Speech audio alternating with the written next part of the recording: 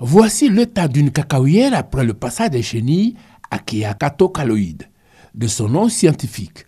Nous sommes au PK14 dans les environs de Hermakono, sous-préfecture de Divo.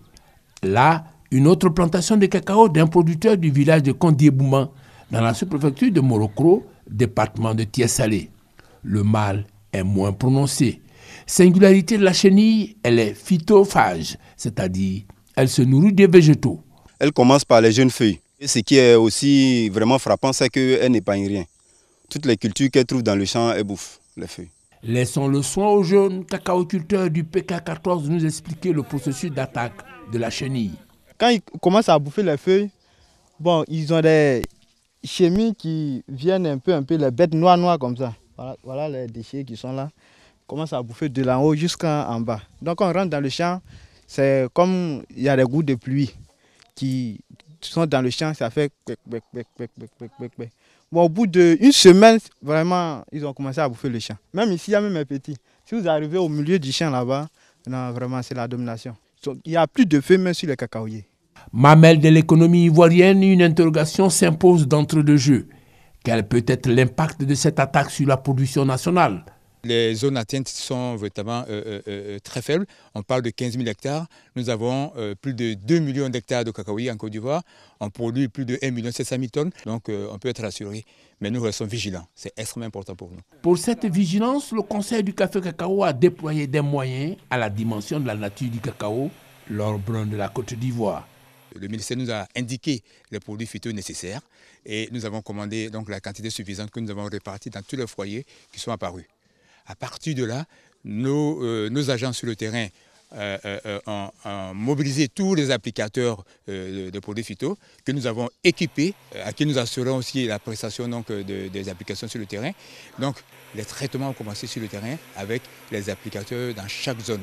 Aujourd'hui, nous sommes à plus de 360 applicateurs sur le terrain. Donc, qui font le traitement donc, des cacaoyers. Nous avons sensibilisé tous les producteurs, nous avons lancé des messages radio dans toutes les radios locales avec qui nous sommes partenaires. Et il y a un suivi quotidien qui est fait avec nos partenaires de l'ANADER, du ministère, du CNRA. Mais au fait, d'où vient ce mal? C'est des chenilles qui existent dans la nature avec le changement climatique, donc un déséquilibre de l'écosystème.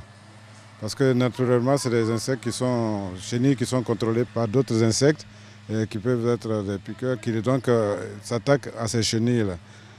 Et aussi par des oiseaux, par d'autres organismes vivants. Ce changement de climat a fait qu'on a une explosion. Donc les ennemis naturels n'ont pas pu jouer leur rôle correctement pour ramener la population à un niveau non dommageable pour le cacaoyer. À ce jour, l'invasion des chenilles s'est véritablement déclarée sur une superficie totale de 3 593,5 hectares sur les 15 000 susceptibles d'être attaqués. Les zones concernées sont situées dans les départements de Tiès-Salé, Divo et Tahabo. 2 semaines après le début de la lutte, le mal est en passe d'être circonscrit. Aujourd'hui, nous sommes dans la phase de traitement et je pense que les chenilles ont pratiquement diminué. Le mal circonscrit, la vigilance doit être entretenue au quotidien par les producteurs à travers une bonne pratique agricole.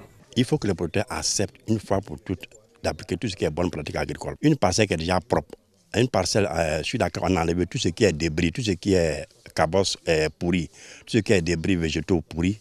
Une fois que vous enlevez tout ça de la parcelle, que la parcelle est bien aérée, ça permet déjà d'éliminer beaucoup de maladies, beaucoup d'attaques d'insectes. Ça, c'est d'abord la première des choses. Maintenant, évidemment, si d'aventure il y a des attaques, je pense que les producteurs doivent aussi faire le traitement dans la période indiquée, c'est-à-dire au mois de juin-juillet. Ça va réduire considérablement, bien sûr, les attaques de tous ces ennemis de cacaoyers. Coût de l'investissement pour l'éradication du mal, plus de 300 millions de francs CFA affectés à l'acquisition des insecticides et au traitement des vergers.